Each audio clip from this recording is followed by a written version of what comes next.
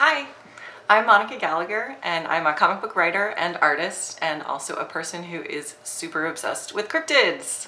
I have a series of prints and books where I talk about the cryptids of every state. So now I'm starting this video series which I'm calling the ABCs of American Cryptids, where I go through this big ol' list that I've made in the course of doing these art prints. But now I'm listing them all out alphabetically. So as we go down the line, it should give us kind of like a fun selection of different states rather than just being like focused on one, like all Maine, all the time, all North Carolina. It's just gonna be all over the place, which I think will give us a more fun collection of stories to go through. And all these cryptids that are the ones that I've taken from my prints and my basic research. So if I'm missing some or some are different, I cannot wait to talk about it all with you guys because that's part of the fun of cryptids in general. The stories, as we're going to get into here. Now, each of these videos is going to be a small appetizer and a amuse-bouche of a story that I will talk about as I draw the cryptid itself. So one part storytelling and one part drawing. But I'm hoping that my little story will encourage you to go off and investigate more on your own, because cryptids aren't just, you know, fun and silly and scary and just absolutely downright terrifying in some cases, which we'll get into. They also tell us a little something about this big, beautiful blend of folks that we have living here in the United States, where they come from, what stories they told each other, what they brought with them when they came here, everything. Yay, cryptids. All right, away we go. All right. We're starting off hot with a werewolf legend from the far north. Hell yeah. And one thing I can say is that I love werewolves. Big fan of the fur, big fan of the wolf, werewolf movies, TV shows. I have a comic about roller girls that I immediately added a werewolf subplot storyline to. But yeah, anyway, that's besides the point. Today's werewolf that we're here to talk about is the Alaskan cryptid known as the Adlet. Now, the Adlet actually hails from Inuit folklore from various locations such as Iceland, Greenland, Labrador, Baffin Island, etc.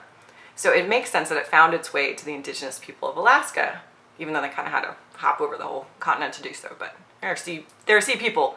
So anyway, the story goes that there was a young woman who lived at home with her dad, and she refused suitor after suitor for marriage because, hey, it just wasn't her thing. Instead, she elects to marry a dog, which I feel like for some of us is kind of relatable. You know, dogs are great. But then you find out that she had 10 children with this dog. But we're in folklore land, okay? Different rules for the folks in the folklore, so you just gotta roll with it. Would it have been better if she had sex with a wolf? I don't think so. I think it's all pretty creepy. Anyway, Mr. and Mrs. Doggo have 10 kids, 5 of which are dogs, and 5 of which are Adlet, which are these creatures with the top half of a human and the lower half of a dog, which is a tough break for the mom in this situation, right? The Adlet I get, because they're half and half, but 5 were just all dog and none were all human. I'd be pissed if I didn't give birth to a single human after going through all that crap. But maybe that's just me. Now, this big litter also lived with Mrs. Dog's dad, and he took care of them for a while until they became too violent and too rambunctious for the mainland and were exiled to a remote island where they couldn't eat all of the citizens. The dad did them a solid and still hunted for the family for a bit. So Mr. Dog would carry a pair, and this is a dog, this is what I'm calling him. He's the husband, he's a dog. He would carry a pair of boots around his neck and swim back over the mainland each day, and his father-in-law would fill the boots up with meat from the day's hunt. Mr. Dog would swim back to his family, and bada bing, bada boom, family monsters fed. Now this worked for a while until Mrs. Dog's dad just didn't feel like helping them out anymore. They probably never sent him any thank you notes, you know, I don't really blame him. But his approach to ending their arrangement was super cruel. One day, when his son-in-law, aka the dog, came running up on shore with his empty boots around his neck, as always, he filled them with rocks instead of meat. And I guess Mr. Dog did not notice the lack of meatness and the new heaviness, so he tried it back into the water and drowned, which is this cold-blooded my dude. Cold-blooded to do to your son-in-law, the dog. Now, word gets back to Mrs. Dog, who's human, that her husband has been killed by her dad, and now she's afraid he's going to come for the rest of her pack.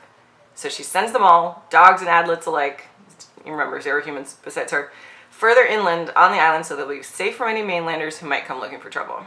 The Adlets, in the meantime, all breed with one another.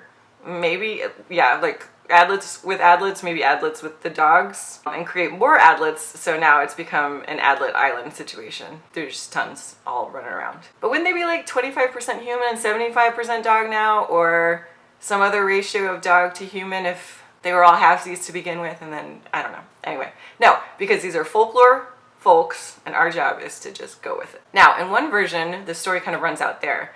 The Adlet are forever known to be vicious and hungry, and crossing paths with one was super unwise. They represented the toughness it took to survive in these great far northern places, and the risk of becoming more beast than man in order to do so. Much like the tales of the Wendigo, which we'll get into once we get into the W's on the ABCs of American cryptids, if we last that long.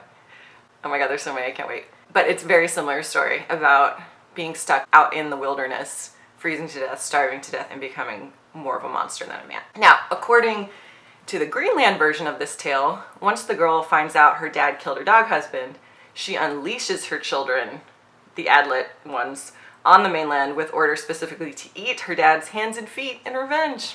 Now, luckily this horrific plan backfires, and her dad instead manages to cut off her fingers, and they fall into the ocean, where the bloody digits turn into whales and seals. Her revenge plan being thoroughly, very embarrassingly thwarted, and now she's missing all of her fingers. She sends all her Adlet kids back to the island. All her dog kids are in a separate boat, and she's hoping, now I've saved them, now they're safe. So the Adlets go off and they form Adlet Island, like in the previous tale, where they're just mixing ratios of man to dog. But the dogs sail away in a separate boat, and they become the ancestors of the Scandinavian people.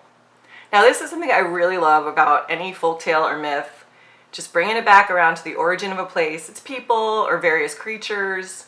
And while you might not be on board with like bloody fingers becoming sea creatures, because it's, it's a little strange, but we're in folklore land. And I, for one, really love the idea of a werewolf island, even if it's just a mess of, maybe like a werewolf paw and the rest is human. We don't know.